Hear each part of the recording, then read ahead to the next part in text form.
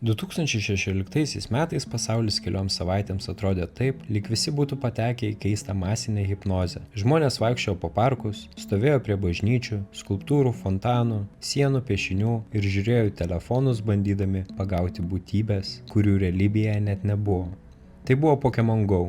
Vienas didžiausių mobilių žaidimų sprogimų istorijoje. Vieni žaidė dėl nostalgijos, kiti dėl smalsumo, treti tiesiog todėl, kad žaidė visi. Tuo metu tai atrodė kaip nekaltas žaidimas, kuris pagaliau privertė žmonės išeiti į lauką. Bet praėjus dešimtmečiui ši istorija atrodo visai kitaip. Nes šiandien aiškėja, kad Pokémon Go buvo ne tik žaidimas, ji tapo viena didžiausių realaus pasaulio vaizdinių duomenų rinkimo sistemų. Žaidėjai galvojo, kad gaudo Pokemonus, bet jų telefonai tuo metu pradėjo kurti milžinišką realaus pasaulio žemėlapį. Tokį, kurį vėliau galima naudoti dirbtinio intelekto, papildytai realybei ir net robotų navigacijai. Ir čia svarbu būti tiksliems. Tai nereiškia, kad kiekvienas Pokémon Go žaidėjas slapta treniravo robotus, tai būtų per pigi sąmokslo versija. Tikroji istorija įdomesnė. Žaidimas pavertė duomenų rinkimą pramoga. Žmonės vaikščiojo, skanavo realias vietas, filmavo objektus, rinko apdovanojimus, o Niantic iš to kaupia neįtikėtinai vertingą informaciją apie fizinį pasaulį. Pokémon Go veikia neišgalvotume pasaulyje, o tavo mieste. Paukstopai ir džimai dažnai būdavo prie realių objektų, bažnyčių, skulptūrų, parkų, istorinių pastatų, parduotuvių ar aikščių. Tai reiškia, kad milijonai žmonių buvo skatinami eiti prie konkrečių realaus pasaulio vietų ir nukreipti telefoną į aplinką. Iš pirmo žvilgsnio nieko ypatingo. Žaidimas tiesiog naudoja žemėlapį, bet realybei tai buvo daug vertingiau. Paprastas GPS gali pasakyti, kur tu maždaug esi, bet jis ne visada pasako tiksliai, į kurią pusę žiūri, ar stovi prie įėjimo, ar už kampo, ar priešai skulptūrą, ar kitoj gatvės pusėj. Miestuose GPS dažnai klysta, nes signalai atsimuša nuo pastatų, o jei kalbame apie AR akinius, pristatymo robotus ar autonominės sistemas, kelių metrų paklaida jau yra per daug. Tokiai technologijai reikia ne tik žemėlapio, jai reikia suprasti, kaip realus pasaulis atrodo žmogaus akimis, kaip atrodo tas pats pastatas iš skirtingų kampų, kaip jis atrodo ryte, vakare, per lietų, žiemą, kai jį užstoja medis ar žmonių minia. Ir būtent čia Pokémon Go turėjo tai, ko negali lengvai turėti net tradicinės žemėlapių kompanijos. Google Street View automobilis pravažiuoja gatve kartą per kelis metus. Jis važiuoja keliu, fiksuotu aukščiu, su kamera ant automobilio. Bet Pokémon Go žaidėjai vaikščiojo pėsčiomis. Jie ėjo į parkus, prie įėjimų, prie takų, į vietas, kur automobilis niekada neįvažiuos. Ir jie tai darė milijonus kartų, iš skirtingų kampų, skirtingų orų, skirtingų paros metu, su skirtingais telefonais. Toks duomenų rinkinys AI pasaulyje yra aukso vertės. Vėliau Pokémon Go atsirado AR scan užduotis. Žaidėjas galėdavo nuskanuoti realią vietą ar objektą ir už tai gauti žaidimo prizą. Paprastam žmogui tai atrodė kaip viena žaidimo funkcija, nuskanavai statulą, gavai apdovanojimą, judi toliau. Bet kompanijai kiekvienas toks skanavimas buvo duomenų taškas. Vieta, kampas, vaizdas, aplinka, realaus pasaulio detalės. Ir kai tokių skanavimų yra ne tūkstančiai, o milijonai ar milijardai, žaidimas tampa ne tik žaidimu, jis tampa pasaulio skanavimo tinklu. Būtent čia prasideda nepatogi šios istorijos dalis, nes technologija pati savaime yra įspūdinga. Tokia sistema gali padėti robotams važiuoti šaligatviu, AR akiniams tiksliai rodyti informaciją realiame pasaulyje, o AI modeliams suprasti miestus geriau nei paprastas žemėlapis. Bet klausimas kitas. Ar žmonės suprato, ką jie iš tikrųjų duoda? Yra didelis skirtumas tarp formalaus sutikimo ir realaus suvokimo. Taip, programėlės turi privatumo politikas. Taip, leidimai kamerai ir lokacijai dažnai būna patvirtinami vartotojo. Taip, AR scan funkcijos nebuvo tiesiog priverstinės. Bet realiame gyvenime dauguma žmonių neskaito ilgų paslaugų sąlygų. O net jei perskaitytų, jie vargu ar suprastų, kokią vertę tie duomenys gali turėti po 5 ar 10 metų. Kai žmogus žaidime sutinka nuskanuoti statulą, jis galvoja, gerai, gausiu prizą, jis negalvoja, aš prisidedu prie komercinės geografinės dirbtinio intelekto sistemos, kuri ateityje gali būti naudojama robotų navigacijai ar papildytos realybės platformoms. Ir čia yra visa esmė. Problema nebūtinai ta, kad technologija bloga, Problema ta, kad sutikimas buvo žaidimo viduje, o duomenų vertė paaiškėjo daug vėliau. Tai labai primena visą interneto verslo modelį. Socialiniai tinklai ilgai atrodė nemokami, bet iš tikro tu moki dėmesiu, elgesiu ir duomenimis. Skirtumas tas, kad Pokémon Go duomenys buvo ne tik apie tai, ką mėgsti ar ką spaudi, jie buvo apie fizinį pasaulį, apie miestus, apie takus, apie pastatus, viešas erdves, apie tai, kaip realybė atrodo žmogaus akimis.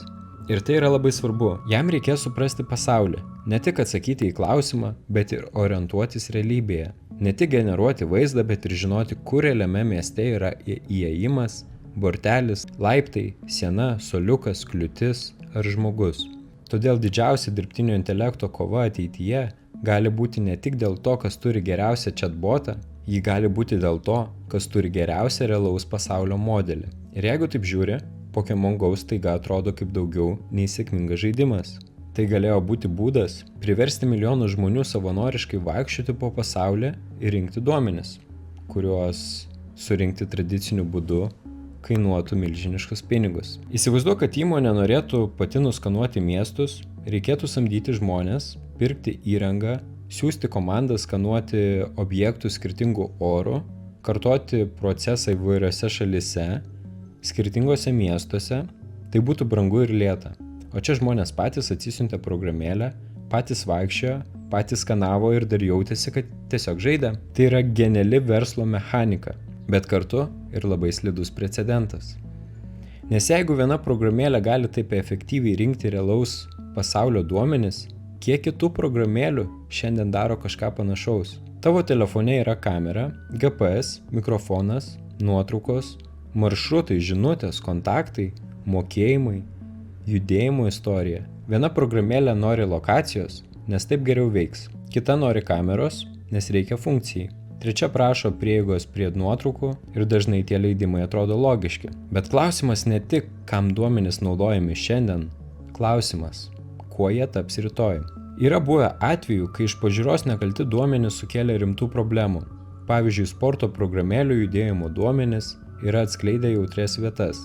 Nes žmonės tiesiog bėgiojo su įjungtu GPS, viename kontekste tai atrodo nekalta, kitame kontekste tai gali tapti saugumo rizika. Tas pats principas galioja ir čia. Viena viešos vietos nuotrauka nėra labai ypatinga, bet milijardai nuotraukų su lokacija, kampu, laiku ir kontekstu jau tampa infrastruktūra, o infrastruktūra yra galia. Kas turi tokį realaus pasaulio modelį, tas turi pranašumą prieš konkurentus, prieš mažesnės įmonės, kartais net prieš miestus ar institucijas, kurios pačios neturi tokio tikslumo duomenų.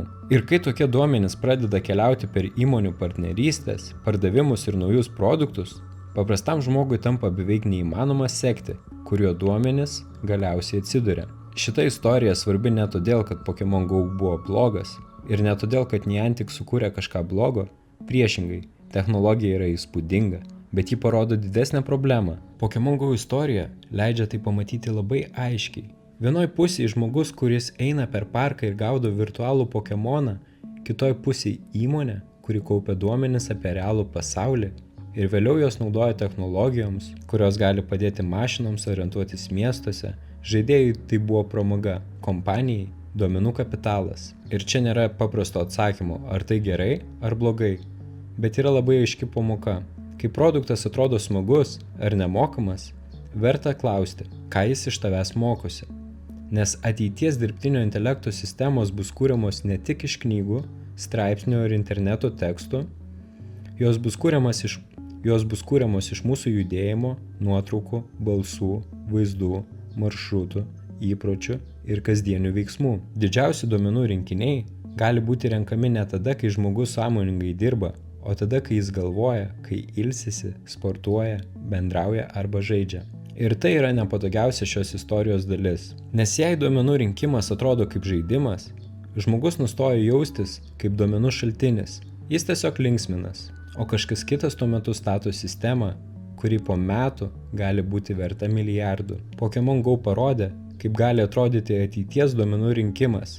Ne kaip apklausa, ne kaip darbas, o kaip pramoga, kaip prizas, kaip mažas žaidimo tikslas, kurį įvykdai net negalvodamas apie pasekmes. Todėl kitą kartą, kai programėlė paprašys kameros, lokacijos ar kitų leidimų, verta bent sekundžiai sustoti, ne todėl, kad reikia bijoti kiekvienos technologijos, o todėl, kad šiandien duomenys nebėra tik informacija apie tave.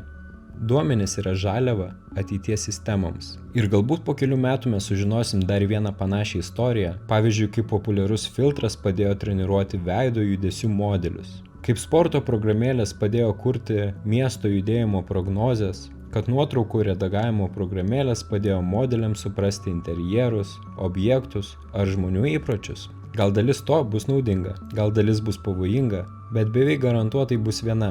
Naudotojai tikrąją duomenų vertę sužinos vėliau nei kompanijos. Todėl Pokémon Go istorija nėra tik apie praeitį, ji yra įspėjimas apie ateitį. Galbūt didžiausi dirbtinio intelekto rinkiniai nėra kuriami tik serverių salėse ar laboratorijose, galbūt jie kuriami parkuose, prie skulptūrų, šaligatviuose, parduotuvėse ir miesto aikštėse. Kol žmogus laiko telefoną priešais save ir galvoja, kad tiesiog žaidžia. Ir tada klausimas tampa labai paprastas. Kiek kartų mes jau padėjom kurti technologijas, kurių tikros vertės patys nesupratom. Jeigu žaidėjai Pokémon Go, parašyk komentaruose, kokį vertingiausią Pokémoną tu turėjai. Jeigu patiko šis video, spaus like ir prenumeruok kanalą. Iki kito karto.